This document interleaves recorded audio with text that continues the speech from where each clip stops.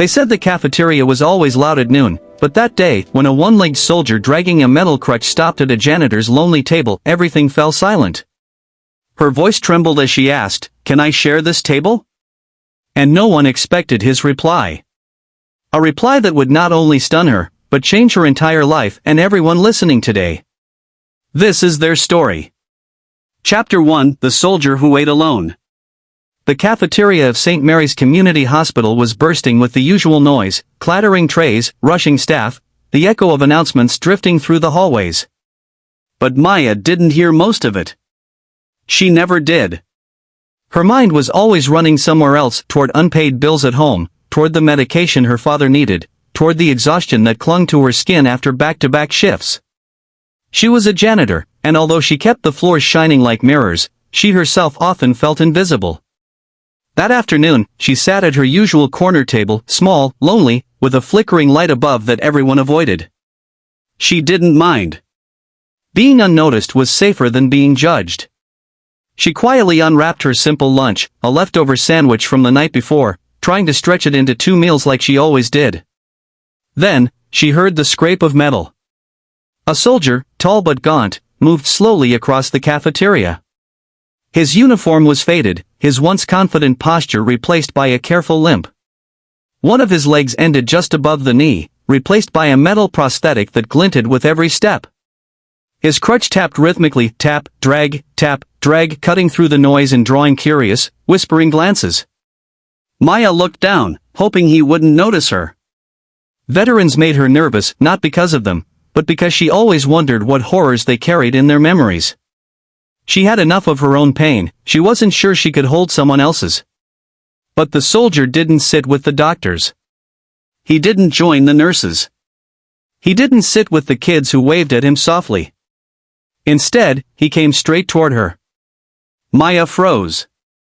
His shadow fell across her table. He cleared his throat, eyes gentle yet burdened by something deep. Excuse me, he said, adjusting his crutch. Can I share this table? Her heart jumped into her throat. Why her? Surely he'd prefer anyone else. She opened her mouth, then closed it. Finally she whispered, "Sure." He sat with a slow, careful motion, placing his meal tray between them. It was full, far more food than she'd been able to buy for herself in weeks.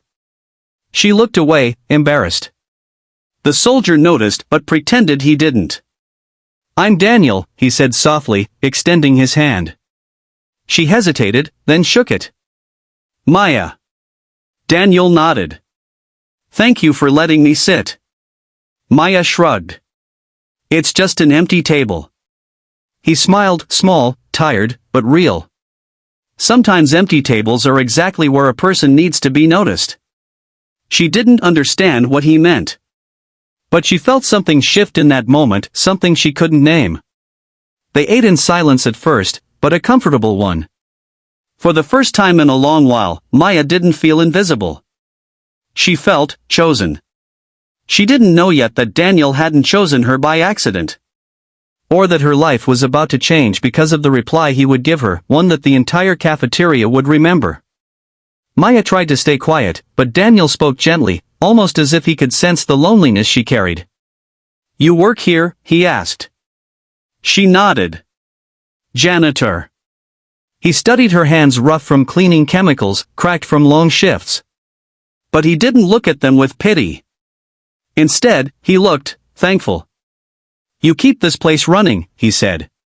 It startled her. People rarely acknowledged her, let alone respected her work. She swallowed hard. "I just do my job." Daniel shook his head. "Most people don't realize how important that job is." Maya blinked. Why did his words feel like medicine she'd needed for years? A few minutes passed before she gathered the courage to ask, quietly. "Why did you sit here?" He took a slow breath, running a hand over his prosthetic leg. "Because you looked like you wouldn't judge me." Her brows furrowed. "Why would anyone judge you?" Daniel laughed under his breath, bitterly. "People see the missing leg before they see me. Kids are honest, they stare because they're curious. Adults stare because they think they know my story. He paused, voice tightening. But they don't. Maya leaned forward, carefully. What happened? For the first time, Daniel hesitated. His eyes dimmed as memories flickered like ghosts behind them. I lost it in Afghanistan, he said quietly. Not in a boastful, heroic way, more like a confession he'd been forced to make too many times. Maya whispered, I'm sorry. Daniel shook his head. Don't be. I've accepted it. But... He looked at her, really looked at her. I haven't accepted how people treat me because of it. Then he said the words that stunned her, the words that turned every head around them. I asked to sit with you because you look like someone who knows what it's like to be unseen. Her breath caught. The cafeteria fell silent, conversations fading one by one. Maya felt exposed, as if he had read her entire life just by watching her for a moment. Her throat tightened, and for the first time in front of a stranger, her eyes filled with tears. How did you know? Daniel's voice softened. Because before I was a soldier.